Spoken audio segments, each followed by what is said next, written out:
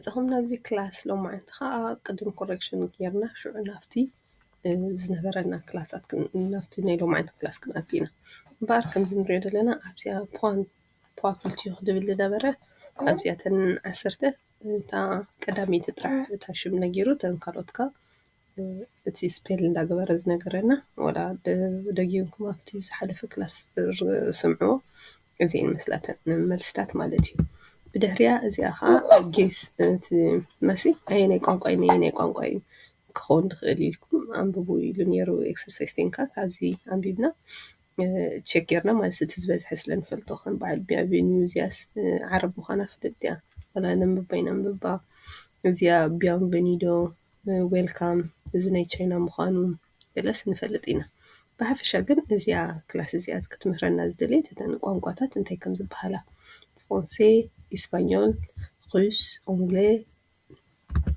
chinois, vietnamien, thaï, arabe ዝብል ይከርየና መፅዩ እዚአን ከዓ ተማሂርና ኣለና ኣብዚኣ ብታ ዝሓለፈ ከም ዝብልናዮ ዲያሎግ ክንሰርሓላ ንኽእል ኢና ኢልና ነርና ድሕሪኡ ኣብዚኣ እንህለና ኣብዚኣ ከዓ እተን ኣንሰርስ ኣብዚኣ ፅሒፈን ኣለኹ ናይ ናምበር 2 ዘሎ ናይ ናምበር እዚኣ ናይ ኤክሰርሲስ 13 ከዓ ኣብዚ እንህለ መልሲ ገይረ ኣለኹ exercice 12 numéro A ያው እቲ ኣስማት ካብዚ ክንረኽቦ ንኽእል ኢና ማለት እዩ point longue les adjectifs de nationalité ዝብል እዚኣ ከዓ ኤክሰርሳይዝ ነይራህና እቲ ኣደማምፃ ሰሚዕኹም ሲ ይኩት ከማን ጌርና ኣለና ነርና ናይታ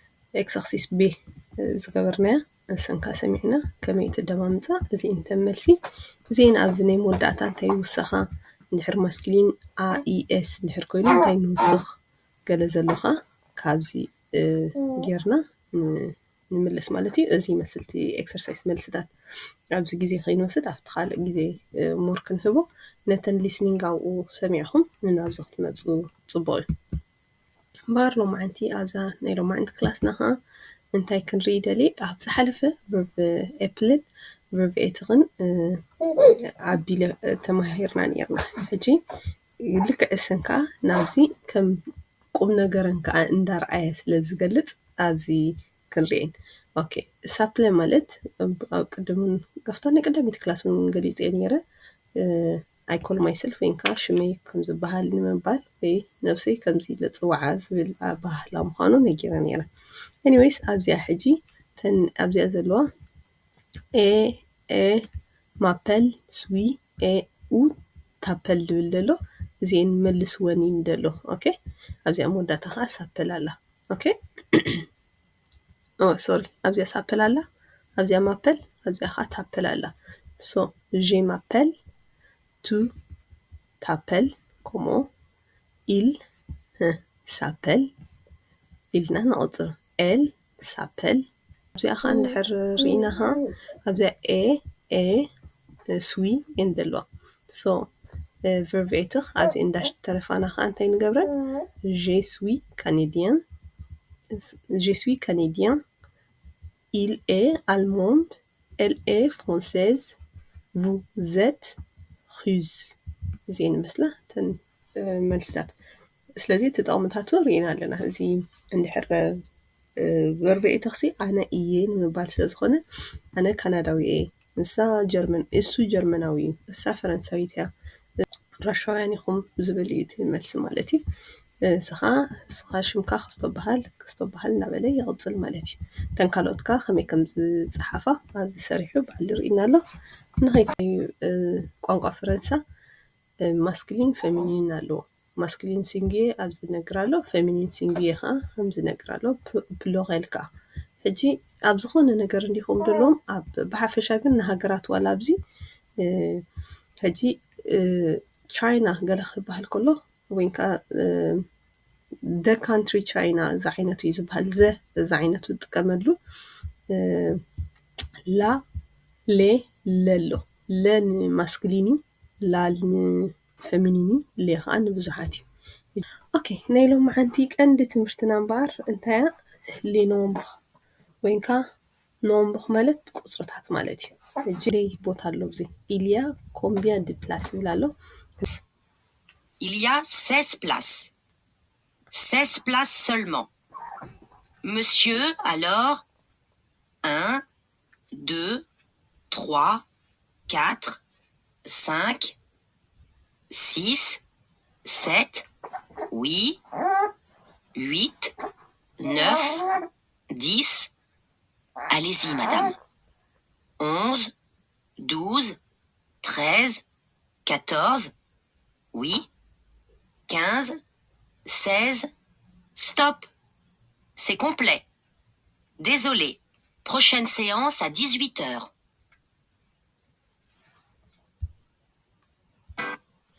ክንደይ ቁፅሪ ኢላ 1 3 4 5 6 7 8 9 10 11 12 13 14 15 16 17 18 19 20 ሶ እዚአን እንተን ብሓፈሻ እተን ቁፅርታት ማለት እዩ እዚአን ከዓ እተን ክሳብ 69 ቦታ ዘለዎን እዚ ይመስል 0 1 2 3 4 5 6 7 8 9 10 11 12 13 14 15 16 17 18 19 20 30 40 50 60 21 31 41 51 61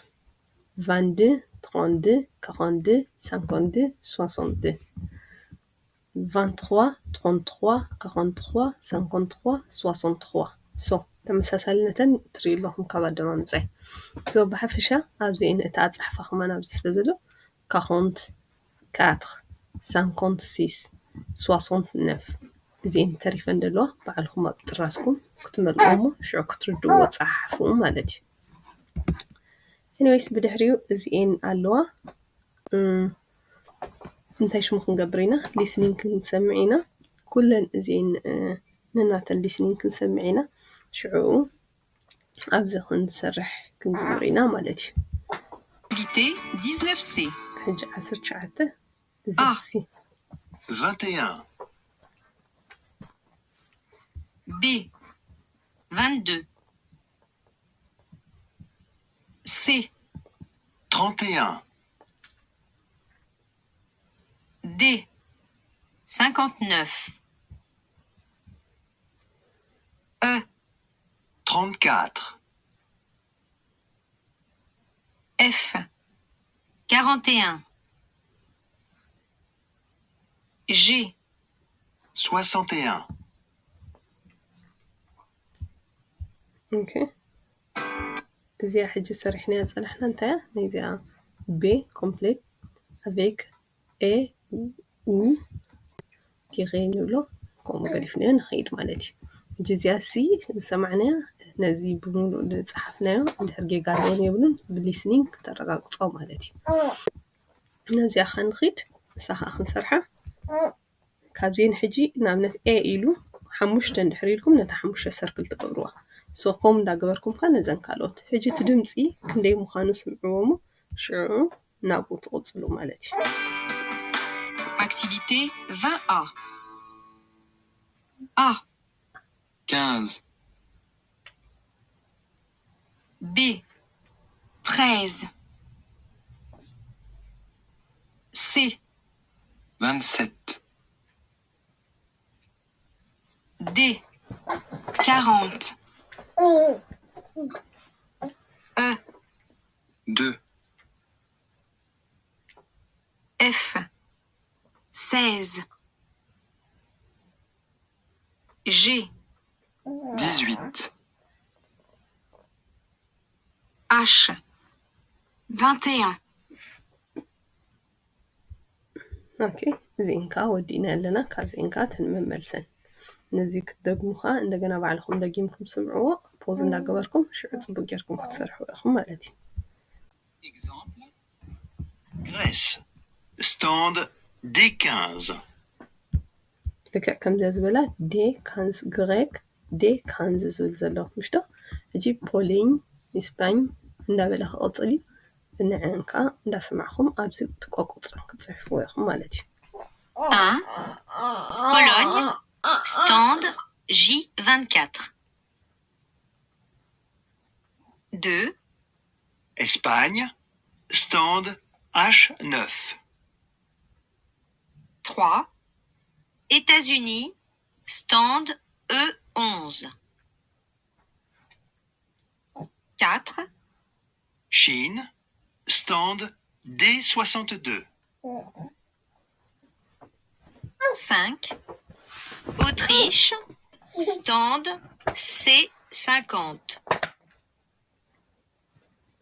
6, Suède, stand I13. 7, Japon, stand L45. 8, Russie, stand S19. 9, Canada, stand K36. 10, Mexique, stand B16.